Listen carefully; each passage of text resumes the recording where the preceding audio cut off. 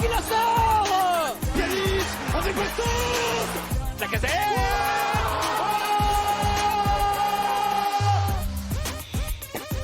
Bienvenue à tous dans ce nouveau podcast du Gone Olympique. Cette semaine, on va parler de l'actualité lyonnaise comme d'habitude et notamment du match contre Bordeaux au Matmut Atlantique de ce dimanche soir qui était pas glorieux, hein, on va dire un peu moins catastrophique que le match à Reims de la semaine dernière, mais toujours pas top.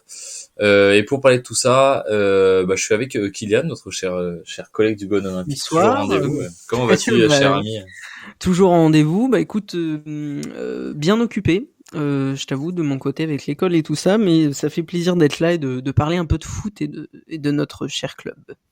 C'est vrai qu'on est tous bien pris en ce moment, d'où le retard sur le podcast de la semaine dernière, hein, les gars. Mais bon, cette semaine, on sera à l'heure. Vous aurez votre podcast mercredi et on s'est organisé en conséquence. Et puis, ce soir, on a un invité, encore un nouvel invité sur la chaîne Gone Olympique. On est content. On est arrivé à avoir des invités différents toutes les semaines depuis le début de saison. Donc ça fait plaisir. On est avec Valou. Comment tu vas, Valou? Ça va, bonjour à tous, ça va super, malgré les piètres performances de notre équipe, ça va. C'est vrai que c'est pas top du tout, hein. On va en parler parce que je pense que ça va en énerver plus d'un si ça continue comme ça jusqu'à Noël et encore en janvier, parce qu'on sait qu'on a tendance à être bien cata en général au retour des fêtes. Donc si avant les fêtes c'est pas top, on va pas s'en sortir. Mais avant de parler de l'OL, on va parler un peu de toi, Valou, parce que t'es notre invité de la semaine. Donc vas-y, présente-toi, dis-nous un peu qui t'es et puis d'où te vient cette passion pour ce club maudit. Moi je m'appelle Valentin, donc Valou sur Twitter. J'ai 20 ans et je suis originaire de la région lyonnaise. Je suis l'OL depuis tout petit, donc moi c'est simple, mon oncle est pour l'Olympique Lyonnais et un jour avec mon père ils m'ont emmené à Gerland, tout simplement. Et depuis ce temps-là, on va dire j'ai plus quitté le navire. Et puis voilà. Je me rappelle aussi avoir regardé les coups francs de Juninho sur TF1 de Ligue des Champions. À l'époque, ouais. La bonne époque. Et puis voilà, je suis, je pense, l'Olympique Lyonnais depuis mes 6 ans, donc à peu près, je pense. Ça c'est beau, fidèle au poste, tu vois, ouais, exactement. Moi j'ai le même parcours que toi, hein, c'est Lyonnais de base et mon père m'a emmené à Gerland une fois quand j'étais petit, forcément comme pas comme tous les petits garçons, mais comme beaucoup de petits garçons, t'aimes jouer au foot dans la cour, puis un jour ton père il t'emmène au stade et puis voilà, là je suis tombé amoureux et puis voilà, on y est encore, hein, et puis on n'est pas prêt de s'en sortir, hein, malgré qu'ils essayent bien de tout faire pour qu'on se casse, et malheureusement on est encore là, hein, contrairement à ceux qui courent sur le terrain qui en ont bien rien à cirer. Nous on va rester fidèles au poste et puis voilà, on va essayer de les aider à remonter la pente parce qu'ils ont pas l'air de vouloir y mettre beaucoup du leur, donc on va essayer de leur taper un peu dans le derrière là, parce qu'il y a un moment donné donner une petite tape derrière la tête. C'est ça, ouais. Pas que derrière la tête qu'il faudrait la prendre, je pense, de temps en temps, mais bon, on va laisser notre cher Jean-Mi s'occuper de tout ça. Mais bon, qu'est-ce que vous avez pensé? Toi, Kylian, t'as pas pu voir le match, mais j'ai vu un des résumés, puis on en a discuté un peu en off. Mais toi, Valou, je suppose que t'as vu le match de dimanche. Moi, je l'ai vu un peu de Z. Qu'est-ce que t'en as pensé? Franchement, moi perso depuis Nice, je vois rien du tout sur le terrain, hein. Mais plus particulièrement contre Bordeaux, j'ai trouvé que limite c'était équilibré entre nous et Bordeaux, alors que Bordeaux ils sont au fond du gouffre, qu'on a un effectif qui est fait pour jouer les premières places. Changement de dispositif, ça peut se comprendre, on peut tenter quelque chose quand on voit les derniers matchs.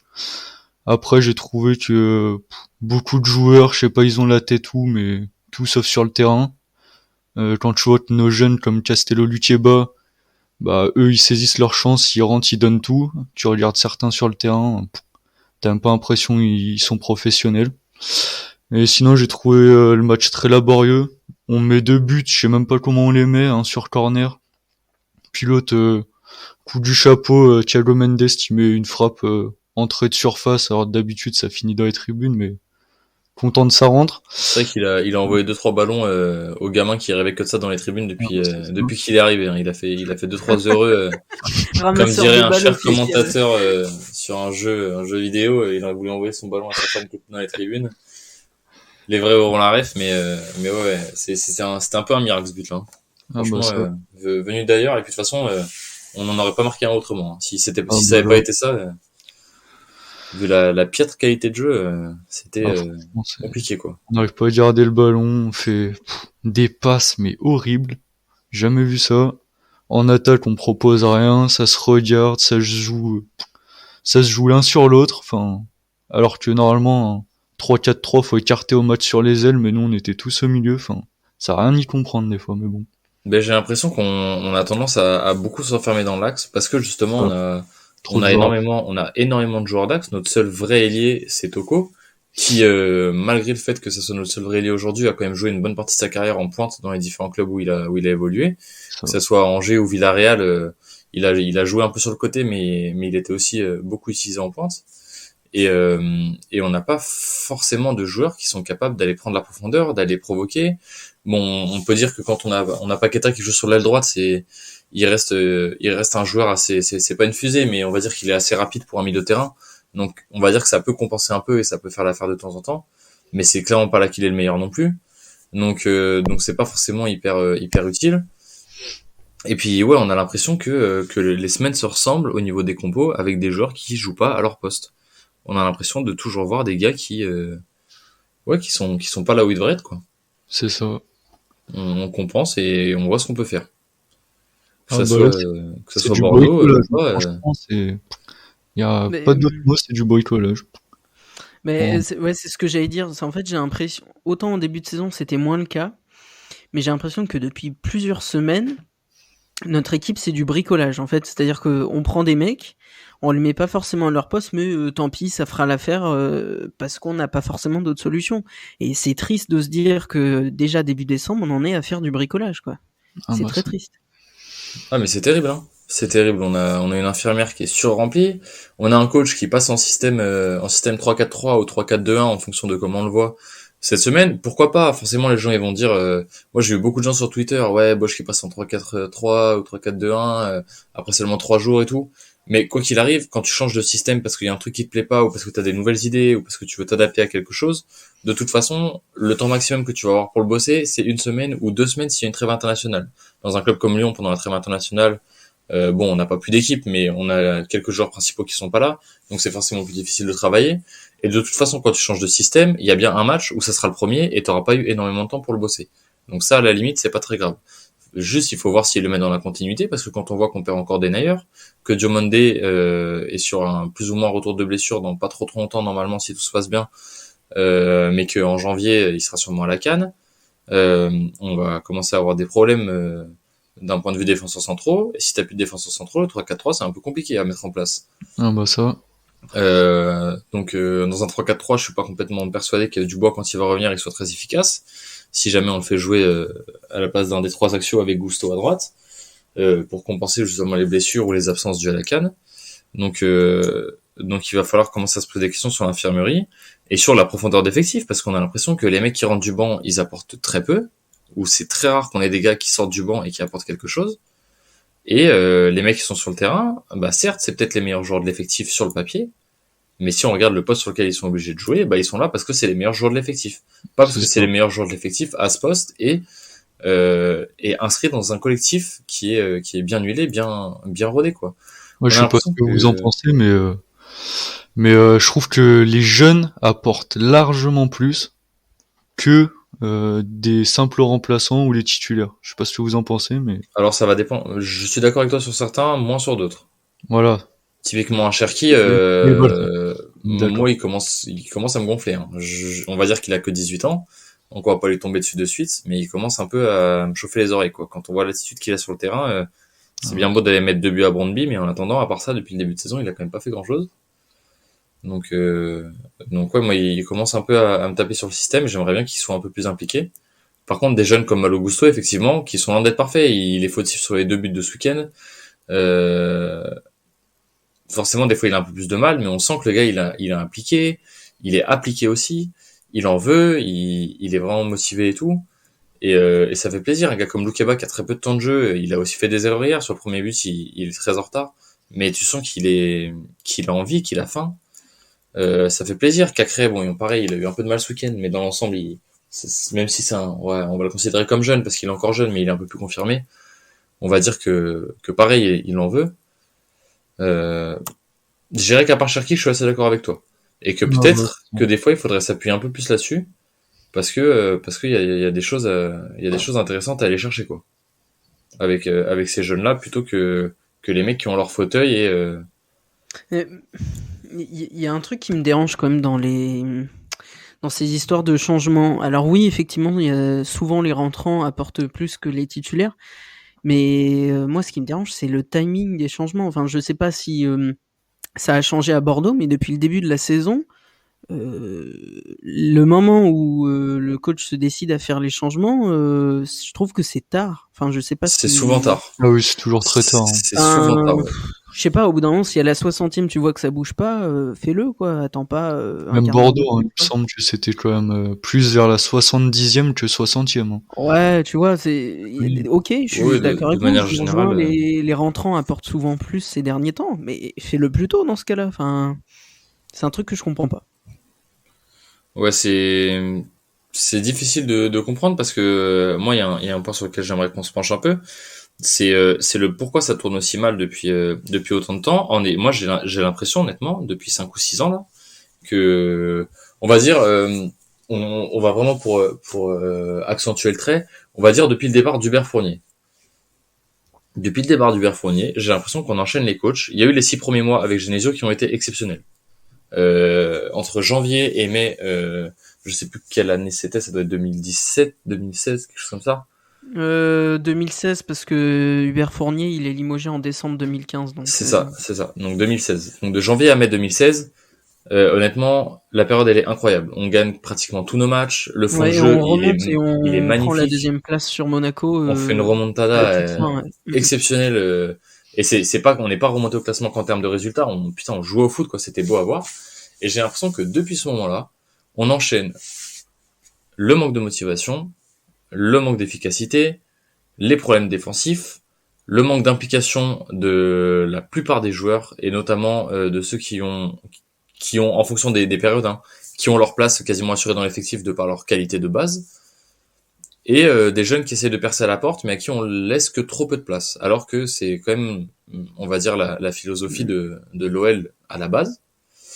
Et j'ai l'impression que quel que soit le coach, quels que soient les joueurs, quels que soient les recruteurs, quelle que soit l'ambiance au stade, le nombre de personnes supporters, quelle que soit la physionomie un peu, on va dire, de la saison, ça se passe toujours comme ça. Et il y a trop d'erreurs, trop de manque de motivation, des défenses beaucoup trop friables, des attaques qui parfois ne se limitent qu'à l'exploit personnel et sinon pas de jeu. Alors que on avait passé des coachs qui sont diamétralement opposés.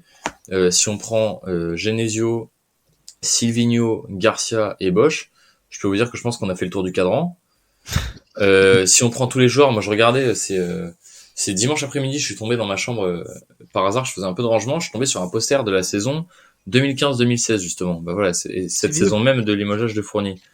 Et j'ai compté, le seul joueur qui est encore dans l'effectif aujourd'hui, c'est Lopez. C'est le seul. C'est le seul. Il y avait Cornet aussi, mais qui est parti cet été. C'est le seul qui est encore là. Donc, je veux dire, on n'a pas les mêmes joueurs. Il y a une refonte d'effectifs, de collectif qui est énorme.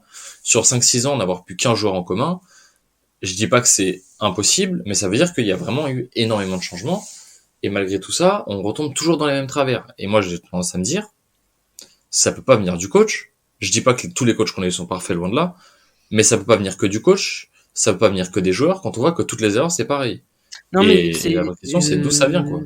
C'est ça la question à se poser, c'est d'où ça vient réellement, parce que hormis un ou deux coups d'éclat, style 2000 Ligue Europa en 2017, 2000 Ligue des Champions en Final 8 sous Covid là en 2020, hormis ces deux choses-là, on n'a rien en fait, on n'a rien.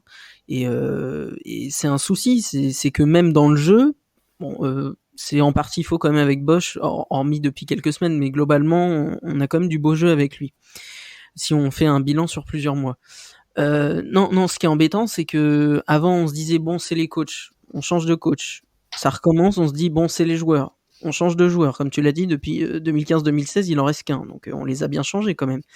Même si je pense que certains joueurs ont une responsabilité, mais ça on en a déjà parlé. Moi, je me demande si c'est pas plus haut finalement. Moi si aussi, le c'est ce que je me problème dis. vient pas ouais, j'ai quand même envie de dire si Ola, ça a quand même pas un impact dans tout ça, quoi. Ah oui, oui. C'est Moi, je pense il est trop centré, pas forcément sur lui-même, mais sur un besoin de contrôle et d'omniprésence qui en fait empêche toute personne. Moi, je suis pas dans le club et évidemment, je pense que hormis les journalistes qui sont très proches du club et les gens qui y travaillent, personne n'aura jamais la réponse sur cette question.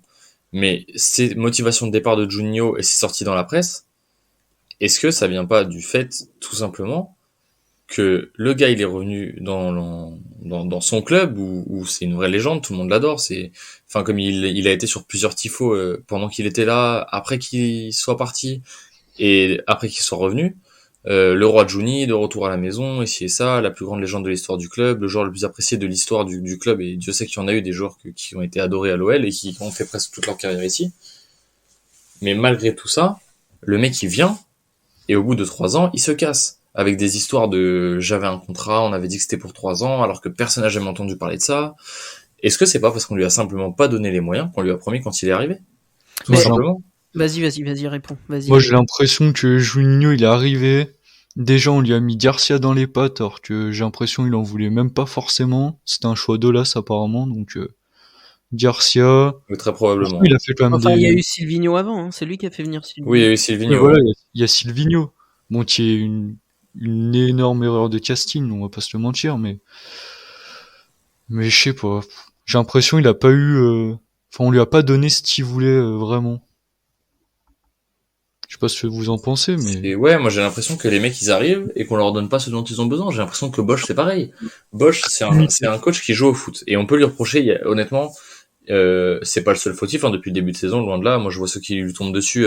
Alors je dis pas qu'il a rien fait, qu'il est parfait, mais c'est loin d'être le seul fautif de tout ce qui se passe. Et des fois il y a des choses à redire.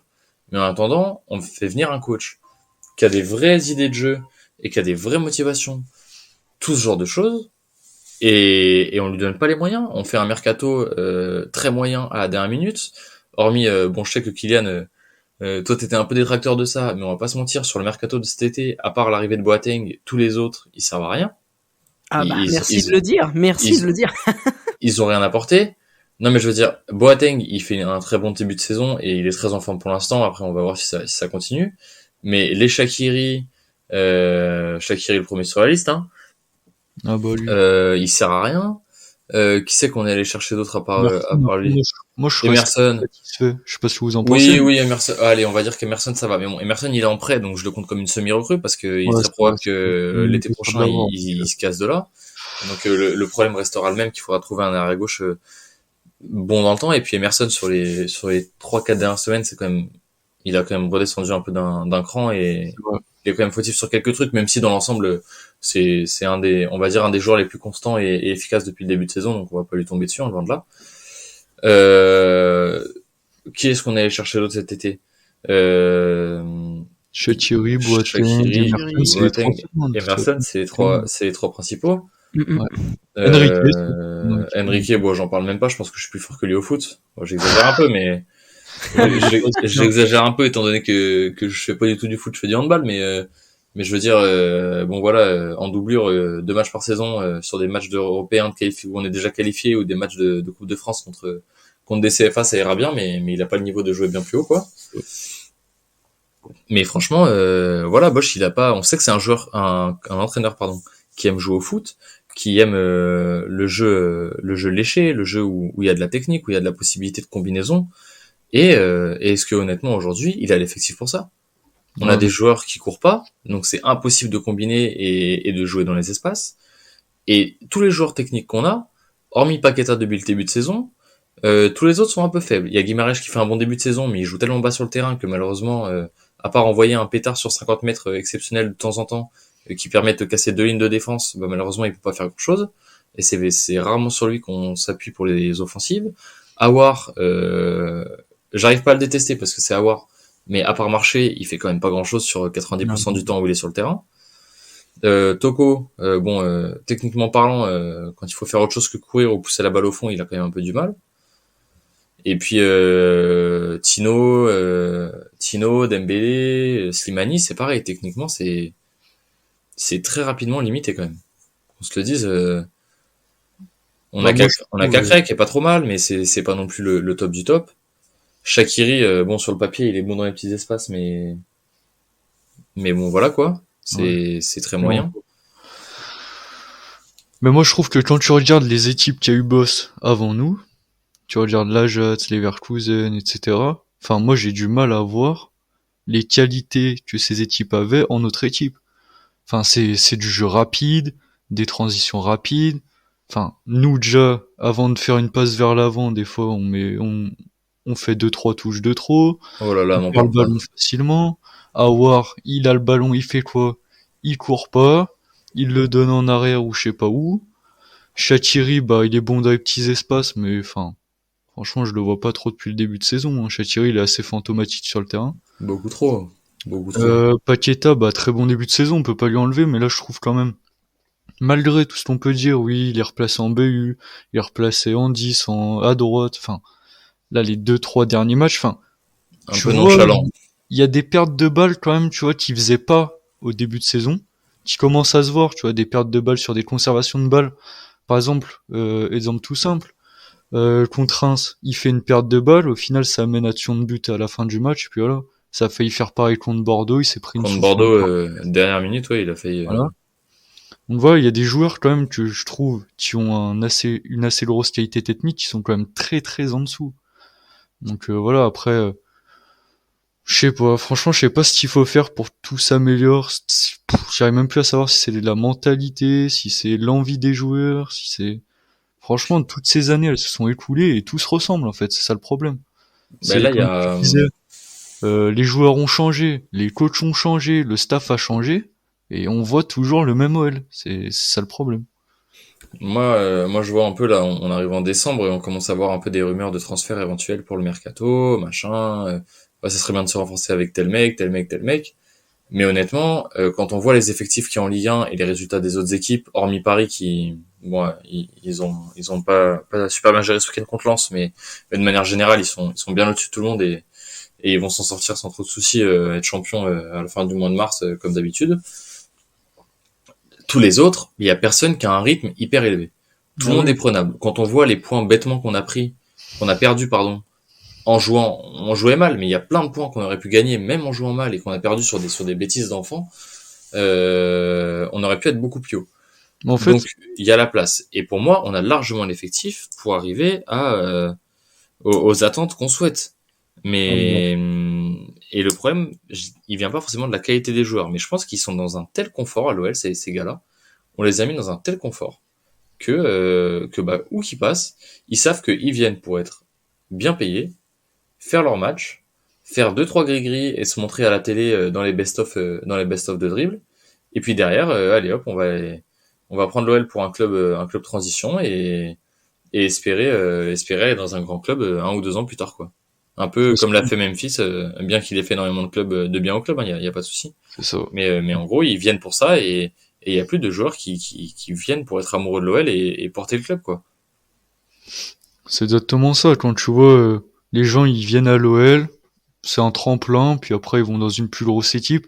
Enfin, j'ai l'impression que dans nos recrues, il y en a aucune qui veut vraiment marquer le club comme à l'ancienne. Bon, Juninho, c'est un gros exemple, celui il l'a vraiment fait. Mais j'ai l'impression que ouais, ils viennent, on est bien payé, on fait nos petits matchs tranquille, personne va venir nous taper sur les pieds. Voilà, on est tranquille, on se la donne pas trop. Enfin, je sais pas. Il y a un tel confort que enfin quand tu vois par exemple Lens, les joueurs ils se donnent à fond, tu vois. Enfin, les autres équipes, je sais pas, nous c'est toujours comme ça. C'est sûr, hein, quand tu vois le match de Lens, je sais pas si vous avez regardé le match de Lens contre le PSG dimanche soir, samedi soir, pardon. Au bordel. Oh, des guerriers. Putain, ils avaient faim. Hein. On prend un but, on baisse la tête, et voilà. Et après, on la baisse même avant de prendre des buts, parfois. Ouais, bah, en ce moment, c'est vrai que on la baisse en entrant sur le terrain. C'est un peu compliqué, quoi. On a un peu du mal à aller voir, et voilà, moi, j'ai très peur que le problème, il vienne de plus haut, et pas forcément quelqu'un qui pose des soucis à proprement parler, mais la gestion du club qui, en fait, est problématique, et qui derrière nous met dans la sauce, quoi. Ça c'est sûr. Je pense que ça vient en effet de beaucoup plus haut, mais bon, ça après on est, comme tu l'avais dit, on n'est pas dans le club pour savoir, mais il y a beaucoup de choses, je pense, qui se passent, qu'on n'est même pas au courant, mais je pense que, ouais. Olas, il a fait beaucoup de bien à l'OL, mais là, j'ai l'impression, en fait, le problème, c'est sur ces dernières années, on dirait, pas gâcher le travail, c'est un grand mot, mais... Bah, il est quand même en train de rater sa sortie, hein. Ah bah, clairement. Il est en train de rater en beauté sa sortie et on faudra pas oublier tout ce qu'il a fait pour le club, mais il y a quand même énormément de supporters qui vont se rappeler que ces dernières années, c'était la cata, quoi. Donc, Ouais, moi j'ai bien peur. Bon, après les gens assez intelligents et qui suivent depuis assez longtemps sauront que c'est pas ça qu'il faut retenir de ce qu'il a fait pour l'OL et qu'on on en serait peut-être jamais arrivé à justement être déçu aujourd'hui s'il n'était pas passé à la tête du club, parce que on n'aurait jamais été assez haut pour être déçu aujourd'hui de ce qui se passe. Mais en attendant, c'est vrai que c'est dommage et puis ouais, voilà, je pense que les solutions elles sont pas loin, parce que sur l'effectif, je sais pas ce que vous en pensez, mais je pense qu'en termes de qualité d'effectif, que ce soit les joueurs, les remplaçants, même si on n'a pas une profondeur de banc gigantesque, ou l'entraîneur, on a largement de quoi normalement jouer cette deuxième place. Je dirais pas sans aucune concurrence, parce que le championnat, comme on le voit cette année, est assez relevé avec beaucoup d'équipes qui arrivent à se suivre. Mais on devrait pouvoir le jouer sans avoir trop de soucis et sans devoir se dire putain, on est 12e du championnat, qu'est-ce qu'on fait, quoi. Mais moi, je sais pas ce que vous en pensez, mais par exemple, t'as toujours des équipes le week-end, ils vont louper leur match, etc. Mais j'ai l'impression, l'OL, jamais on en profite. Par exemple, t'as Nice qui vont perdre, machin qui vont perdre. Et ben nous, on va faire un mauvais résultat alors qu'on pouvait recoller, ou je sais pas, c'est toujours comme ça. Je sais pas ce que vous en pensez, mais... Ouais, je suis assez d'accord, on a du mal. On profite jamais des erreurs des autres, et eux, par contre, ils se gênent pas, hein, pour nous faire mal. on loupe des occasions, on veut-tu, en voilà, quoi. C'est Puis après, souvent on va comme se ça. mordre les doigts à la fin de la saison, et puis voilà. Comme d'hab. Ouais, comme d'hab. Ouais, on perd trop de points bêtes. Moi, c'est ce que je disais, je me répète un peu parce que ça va un peu dans le sens de ce que j'avais dit dans le podcast de la semaine dernière. Mais dans un championnat où on a autant d'équipes qui sont serrées et qui jouent les places en Coupe d'Europe, typiquement des matchs, je parle pas du match contre Bordeaux, mais typiquement un match comme le match contre Reims, tu joues pas bien, tu fais match nul. Bon, ça peut arriver, on peut pas être parfait tout le temps. Tu prends un point. T'as pas le droit de perdre ce point. T'as pas le droit de perdre ce point sur un manque de motivation dans les 20 dernières secondes du match. Parce qu'à la fin de saison, si, comme je disais la semaine dernière, si t'as 3 points d'écart entre le mec qui est deuxième et le mec qui est septième, si ces 3 points-là, c'est les 3 points que t'as perdu contre Reims, 3 et je sais pas qui, parce que t'as pris des buts, t'as pris 2 buts contre Clermont en 5 minutes, et t'as pris un but dans le temps additionnel contre Reims, et t'as pris 3 buts en moins de 10 minutes contre Nice, là, ces 3 points-là, ils vont se voir à ce moment-là, et ils vont faire plus mal qu'une place au classement. Ils vont passer de 40 millions de budget et une place dans la plus grande des compétitions mondiales à on perd tous nos joueurs parce qu'on a plus une thune et on n'a même pas de Coupe d'Europe la saison prochaine, quoi. C'est ça. Donc va vite falloir trouver des solutions. Je pense qu'elles sont pas loin.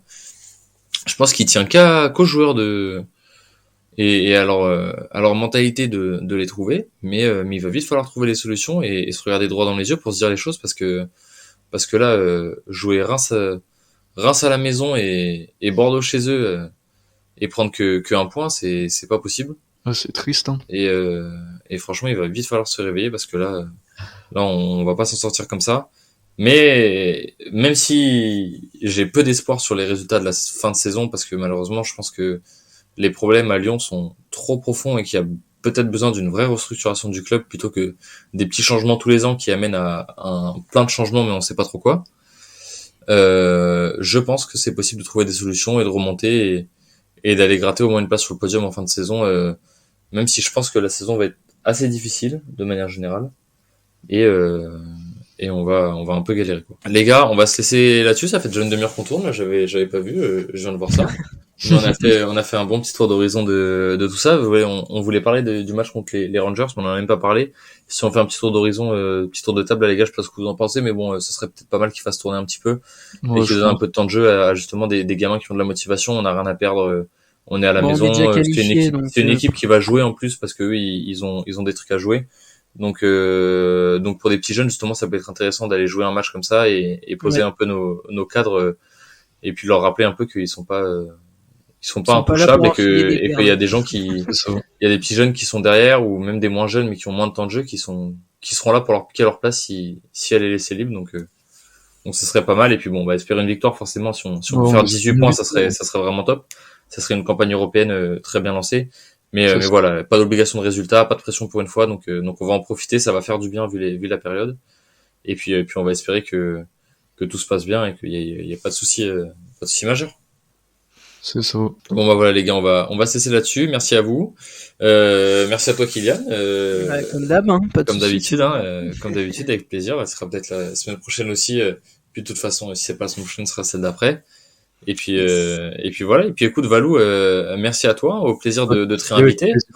Ça sera peut-être pas tout de suite parce que comme on dit, on essaie de faire un max d'invités un peu. Non, mais pas de souci, je comprends. Un peu différent, mais l'émission était super. On est super content de t'avoir eu et puis vraiment au plaisir de te réinviter sur une prochaine émission, sûrement en deuxième partie de saison. Ça sera avec grand plaisir. Merci d'avoir répondu à l'invitation, surtout vu le délai. On t'a un peu prévenu au dernier moment. Donc merci à toi. Merci à toi. Et puis une petite dédicace les gars là, bon le podcast va sortir mercredi mais là on est mardi, c'est l'anniversaire d'Eliott, notre chroniqueur Gone Olympique qui est pas avec nous aujourd'hui du coup là parce qu'il il fait la fête le petit là. Donc voilà, il sera peut-être avec nous la semaine prochaine et si vous voulez l'écouter, il était dans le podcast de la semaine dernière. Et puis voilà, donc nous on se laisse là-dessus et puis on se retrouve la semaine prochaine pour débriefer du match de Coupe d'Europe contre Glasgow, faire un petit bilan de tout ce qui s'est passé en Coupe d'Europe et des phases de poule parce que du coup on a fait un peu des analyses match par match mais on fera un bilan des phases de poule de manière générale et puis on analysera le match du week-end qui se déroulera chez toi mon cher Kylian si je ne m'abuse. Oui, c'est ça. Qui se déroulera dans ta belle ville lilloise. Tout à fait. Donc je sais pas si t'as pris une place pour aller voir le match, j'espère. Malheureusement non. J'espère non. Ah là là, c'est terrible. C'est terrible. Après, l'horaire est un peu pourri aussi. Dimanche à 13h, franchement, c'est un peu dégueulasse comme horaire. Ouais, mais bon, écoute, on va faire avec. Il va falloir en plus surveiller le Grand Prix à côté là pour ceux qui suivent la F1. Donc on va pas pouvoir tout faire. Hein, donc il va falloir se mettre comme la NASA. S'ils sortent pas les doigts, ça va switch à la mi-temps. Je vous le dis. Non, je rigole. Mais voilà, donc on se retrouve la semaine prochaine pour débriefer de tout ça, les gars. Mercredi prochain, normalement, s'il y a pas de soucis comme d'habitude. Et puis les gars, on se laisse là-dessus. Et puis avec un petit discours de notre directeur sportif comme d'habitude. Salut à tous. C'est moi qui dis merci à vous tous parce que c'était magnifique.